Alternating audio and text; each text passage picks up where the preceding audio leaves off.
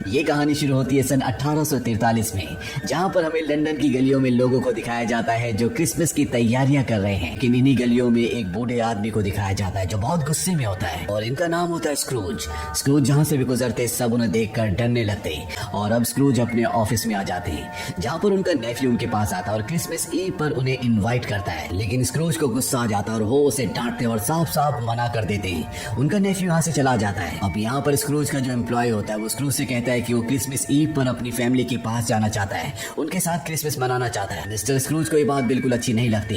वो कहते हैं कि तुम जा तो सकते हो लेकिन इसके बदले मैं तुम्हारी सैलरी काटूंगा।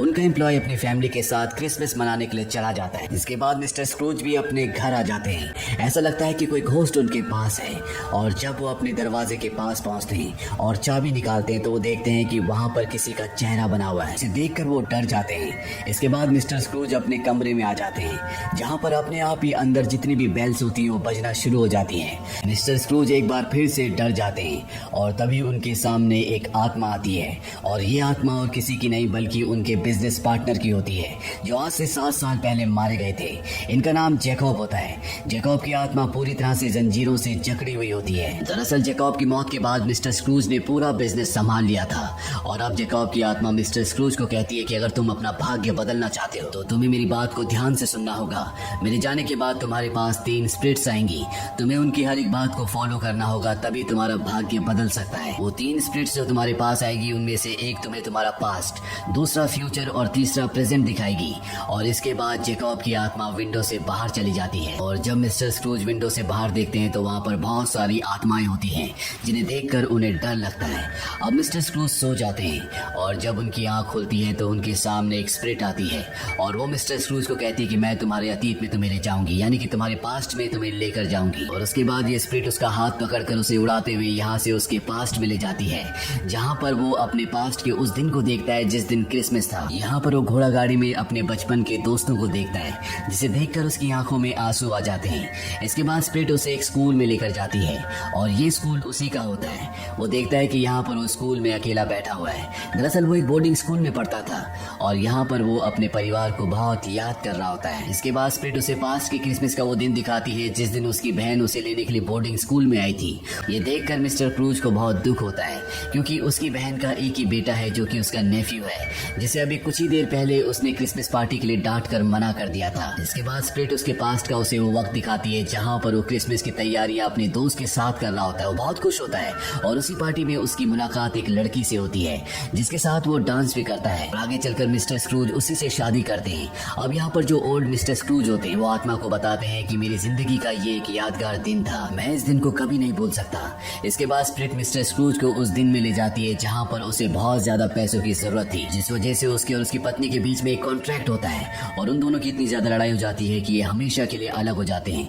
मिस्टर स्क्रूज को इसका बहुत दुख था क्योंकि वो हमेशा अपनी पत्नी से प्यार करते थे और कभी भी उससे अलग नहीं होना चाहते थे, लेकिन उस पल में ये दोनों के दोनों अलग हो गए थे। ओल्ड मिस्टर स्क्रूज स्पिरिट से कहते हैं कि मैं इस पल को रोकना चाहता हूँ, मैं कभी अपनी पत्नी से अलग नहीं होना चाहता था, लेकिन स्पिरिट उन्हें कहती है कि तुम चाहकर भी इस पल को नहीं रोक सकते क्योंकि ये पास्ट है, ये हो चुका है। ये सुनने के बाद वो बहुत ज्यादा अनकंफर्टेबल हो जाते हैं और स्पिरिट से कहते हैं कि मुझे यहाँ से ले चलो। और तभी स्पिरिट के अंदर उसे अपने सभी परिजनों का, यानी कि उन सब का जिन्हें वो कभी जानते थे, उनका चेहरा दिखना शुरू हो जाता है और वो स्पिरिट को एक कोन के अंदर बंद कर देते हैं। लेकिन तभी स्पिरिट उसे उड़ाकर यहाँ से ले जाती है और इसके बाद मिस्टर स्क्रूज की आंख अपने बेड पर खुलती है और तभी वो देखते हैं कि दरवाजे के नीचे से रोशनी आ रही है।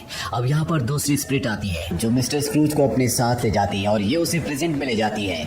ये स्पिरिट उसे पूरा शहर दिखाती है जो क्रिसमस की खुशियां मना रहा होता है और इसके बाद वो स्पिरिट मिस्टर स्क्रूज को उसी के एम्प्लॉय के घर ले जाती है और अब स्पिरिट मिस्टर स्क्रूज को बताती है कि इसके बेटे की तबीयत बहुत ज्यादा खराब है और अगले क्रिसमस तक वो बच नहीं पाएगा। स्पिरिट मिस्टर स्क्रूज को कहती है कि ये अच्छा, इससे पॉपुलेशन कम हो जाएगी।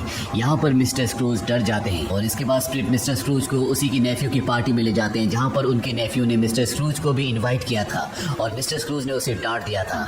यहाँ पर सभी एंजॉय कर रहे होते हैं और तभी उनका नेफ्यू सभी से एक सवाल पूछता है कि तुम्हें एक ऐसे जानवर का नाम बताना होगा जो सिर्फ लंदन में रहता है। सब मिस्टर स्क्रूज का नाम लेते हैं और अगले पल सब मिस्टर स्क्रूज की अच्छी सेहत के लिए प्रेयर भी करते हैं और यहाँ पर हमें पता चलता है कि मिस्टर स्क्रूज को कोई बीमारी है। और अब जो उनके साथ स्पिरिट होती है वो उन्हें 2 भाई बहनों को दिखाते हैं जिनमें से एक का नाम होता है वॉन्ट और दूसरी का नाम इग्नोरेंस। मिस्टर स्क्रूज को स्पिरिट कहती है कि तुम्हें हमेशा इनसे बच कर रहना होगा और तभी उनका जो हैमर होता है वो बेल पर जाकर लगता है, जिसके बाद वो स्प्रिट यहाँ से गायब हो जाती है। और अब मिस्टर स्क्रूज अपनी शैडो को देखते हैं। उनकी शैडो उन्हें धक्का देती है, जिससे वो अपने भविष्य में यानी कि फ्यूचर में पहुंच जाते हैं। इस पल में मिस्टर स्क्रूज की मृत्यु हो चुकी है। यहाँ पर 3 बिजनेसमैन भी होते हैं जो कि उसी के कॉलीग्स हैं और वो उसकी मौत में जरा से भी दुखी नहीं होते। वो आपस में बात करते हैं कि वो फ्यूनरल में तभी जाएंगे जब वहाँ पर अच्छा और स्वादिष्ट खाना मिलेगा। ये सुनकर मिस्टर स्क्रूज को दुख होता है और एक बार फिर से वही शैडो यानी कि वो तीसरी स्पिरिट उन्हें यहाँ से भगाकर एक जगह ले जाती है जहाँ पर एक डेड बॉडी होती है। और ये घर उसी के एम्प्लॉय का होता है जिसके बेटे की तबीयत खराब थी, जिसे उस स्पिरिट ने जो उसे पास में ले गई थी बताया था कि अगले क्रिसमस तक उसका बेटा नहीं बचेगा। यहाँ पर फ्यूचर में उसके बेटे की मृत्यु हो चुकी है।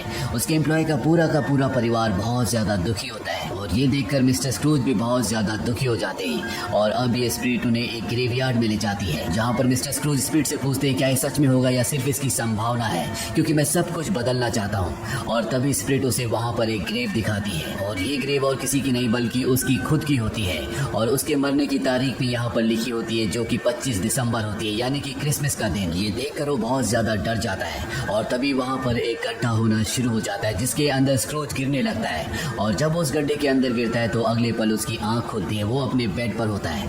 स्क्रूज बाहर आता है जहाँ पर उसे एक बच्चा दिखता है। उस बच्चे से पूछता है कि आज कौन सा दिन है।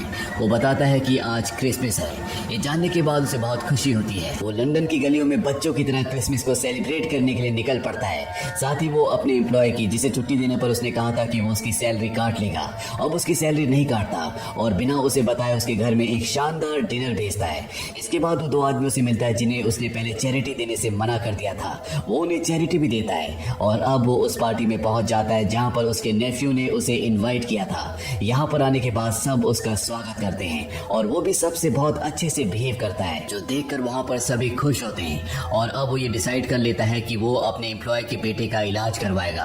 वो एक तरह से उसका गॉडफादर बन जाता है, जिससे उसकी बीमारी से मृत्यु नहीं होती। और अब मिस्टर स्क्रूज हर किसी की प्रॉब्लम को समझते, वो हर एक इंसान से बहुत अच्छे से एक अच्छे इंसान की तरह मिलते हैं। दरअसल जब मिस्टर स्क्रूज ने अपने पास्ट को, अपने प्रेजेंट को और अपने फ्यूचर को ध्यान से देखा, उसे ऑब्जर्व किया, तो उन्हें सब कुछ समझ में आ गया कि उन्होंने जिंदगी में क्या खोया या वो खोने से बच सकते थे और अब उनके पास क्या है और आज जो कर रहे हैं उससे उन्हें भविष्य में क्या मिलेगा।